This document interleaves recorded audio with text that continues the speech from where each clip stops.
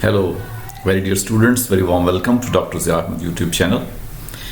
In today's video, a very different thing we are going to talk about Ice Candyman. Perhaps you might have been imagining that there is Ayah, Shanta, only one woman, maid servant in this novel or in this story who met a very bad fate. There is another woman who also works as Ayah, and that is Hamida in this novel.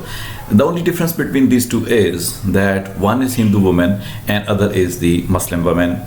The Hindu woman suffers after 1947 when the Pakistan was established, and she was there to have her fate. We have already discussed this thing in many perspectives about this Ayah of Lani. Now today's video shows that Hamida is one of the women who is a fate-stricken woman, as most of the time the word is used for her. She is one of those women who have been captured, who have been molested, who have been maltreated, who have been beaten out before arriving to Pakistan from India, and all her family possibly suffered from all such kind of fates. This is what Hamida's fate is going to be.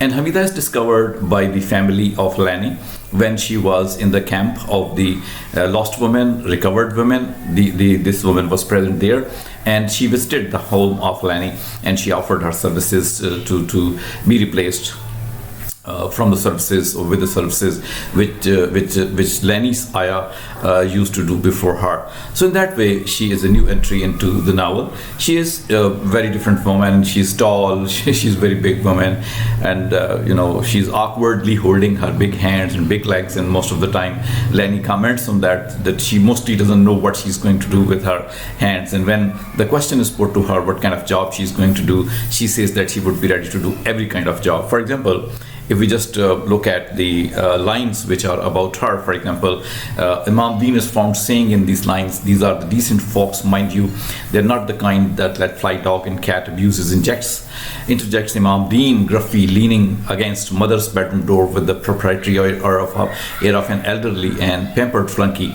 "You should be looked after if you work properly." And Hamida replies to him, "I'm not frightened of work, brother," says the woman in thickly accented village Punjabi.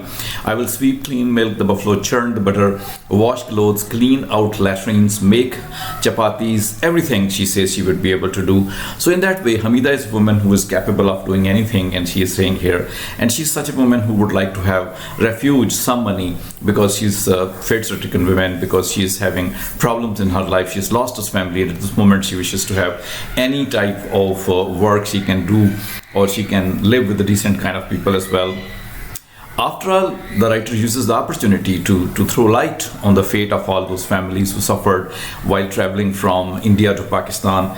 They had to bear the difficulties there. All these things are manifested through the personality of Hamida, because whenever we see that Hamida is asked a question by Lani, what she is doing and why she's weeping all the time, what is the reason behind all that, at that time Hamida would like to reply to Lani in a very different terminology, because she knows that Lani is a very small child, and she does not know most of the time what she is saying, what she is trying to know. But whatever the case may be, Hamida is there to talk to Lani about the things. For example, Hamida says most of the time, "Okay, I'm a fate-stricken woman. I'm the woman who has been maltreated, whose family is lost," and so she weeps occasionally. Hamida has got a very important knack about her, that she is able to press the legs and massage the legs of Lani. She would like to massage the legs and the hands of Lani's mother as well, and she would do these things with great happiness. She would take care of Lani all the time as well.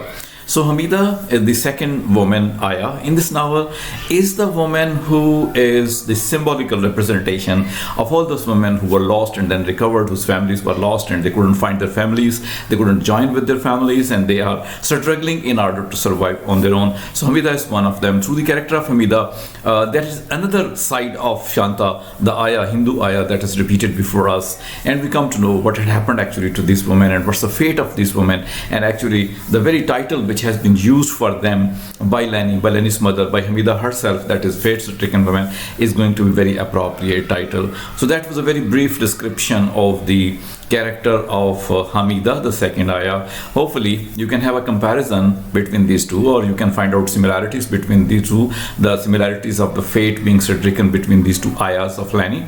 So in that way, the whole thing ends here about the character of Hamida. Hopefully you possibly might have enjoyed that. If you like it, learn something out of it, do not fail to hit the subscribe button as well as the like button.